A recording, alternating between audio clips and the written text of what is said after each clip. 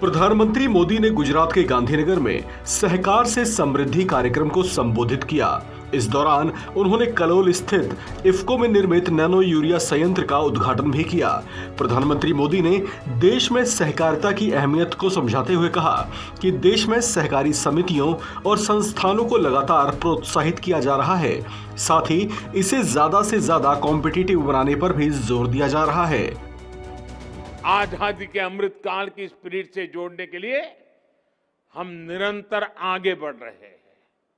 इसी उद्देश्य के साथ केंद्र में सहकारिता के लिए अलग मंत्रालय का गठन किया गया और कोशिश यही है कि देश में सहकारिता आधारित आर्थिक मॉडल को प्रोत्साहित किया जाए। इसके लिए एक के बाद एक नए कदम उठाए जा रहे हैं। हमारा प्रयास है कि सहकारी समितियां को, संस्थानों को हम मार्केट में कॉम्पिटिटिव बनाएं।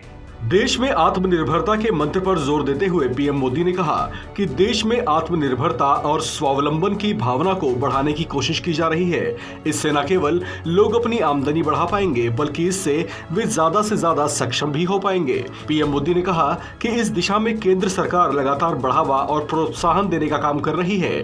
पीएम ने कहा कि सहकारी मॉडल एक सफल प्रयोग साबित हुआ है। गुजरात के डेयरी मॉडल का उदाहरण देते हुए उन्होंने कहा कि डेयरी सेक्टर ने तेजी से विकास किया है। भाइयों और बहनों, सहकारिता के सफल प्रयोगों में एक बहुत बड़ा मॉडल देश की ग्रामीण अर्थव्यवस्था को सशक्त करने के लिए हमारे सामने है। डेयरी सेक्टर के कोऑपरेटिव मॉडल का उदाहरण हमारे सामने है।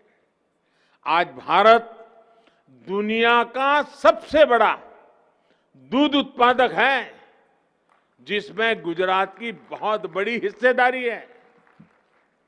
बीते सालों में डेयरी सेक्टर तेजी से बढ़ भी रहा है और ग्रामीण अर्थव्यवस्था में ज्यादा कंट्रीब्यूट भी कर रहा है। पीएम मोदी ने किसानों को लेकर सरकार की संजीदगी का भी जिक्र किया।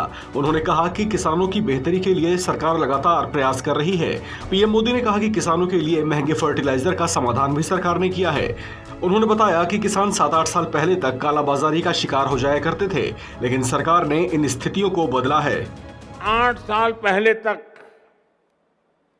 हमारे यहां ज्यादातर यूरिया खेत में जाने के बजाय कालाबाजारी का शिकार हो जाता था और किसान अपनी जरूरत के लिए लाठियां खाने को मजबूर हो जाता था। हमारे यहां जो बड़ी यूरिया की फैक्ट्रियां थी, वो भी नई टेक्नोलॉजी के अभाव में बंद हो गई थी और इसलिए 2014 में सरकार बनने के बाद हमने यूरिया की 100% नीम कोटिंग का बीड़ा उठाया, उसको किया।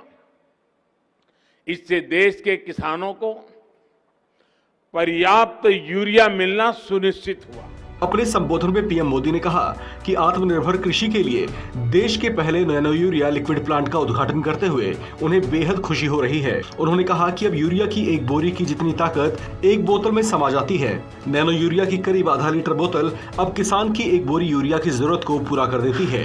इस खबर में फिलहाल इतना ही। बाकी खबरों के लिए बने रहिए वन इंडिया हिंदी के साथ।